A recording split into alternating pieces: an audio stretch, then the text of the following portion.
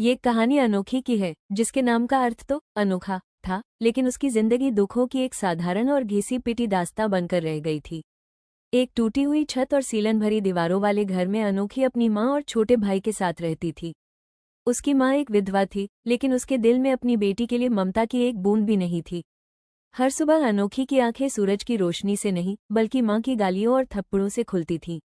घर का सारा काम, बर्तन मांजना, कपड़े धोना, खाना बनाना, अनोखी के जिम्मे था, जबकि उसका भाई माँ का लाडला था, जिसे थाली में सबसे ज्यादा खाना और सिर पर सबसे ज्यादा प्यार मिलता था।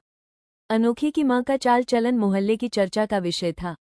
उसका एक पुलिस कांस्टेबल के साथ संबंध था, जो अक्सर अंधेरा होने पर उनके घर आता था। अनोखी उस आदमी की उपस्थिति से घबराती थी, लेकिन उसकी माँ के लिए वो कांस्टेबल सुरक्षा और पैसों का जरिया था। एक रात अनोखी के भाई की तबीयत अचानक बहुत बिगड़ गई। वो तेज बुखार में तप रहा था और उसकी सांसें उखड़ रही थीं। पास में एक रुपया भी नहीं था। ममता से व्याकुल होकर माँ भागते हुए अपने प्रेमी, उसी कांस्टेबल के पास पहुंची।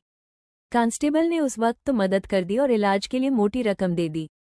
भाई की जान बच गई, लेकिन इस एहसान की कीमत अनोखी को चुकानी थी। दिन बीतते गए और कांस्टेबल की नज़रें अनोखी पर गंदी होने लगी। वो उसे हवस की निगाहों से देखता, जैसे कोई शिकारी अपने शिकार को देखता है। एक दिन उसने माँ से साफ कह दिया, मैंने तुम्हारे बेटे की जान बचाई है, अब मुझे बदले में तुम्हारी बेटी चाहिए। एक माँ के लिए यह बात सुनकर कांप जाना स्वाभाविक था, लेकिन अनोखी की माँ अलग थी। उसने कभी अनोखी को अपनी संतान समझा ही नहीं था। वो तो बस घर की एक नौकरानी थी, जिसे पीटना उसका अधिकार था। उसने अपनी ही बेटी का सौदा किसी गाय या भीड़ की तरह कर दिया। चंद रुपयों और पुराने एहसान के बदले उसने अपनी कोख से जन्मी बच्ची को उस दरिंदे के हवाले करने का फैसला कर लिया। अनोखी की चीखें उस घर की दीवारों में ही दबकर रह गईं।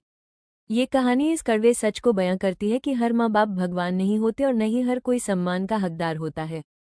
कुछ लोग रिश्तों की आड़ में रूह का सौदा करने से भी नहीं हिचकते।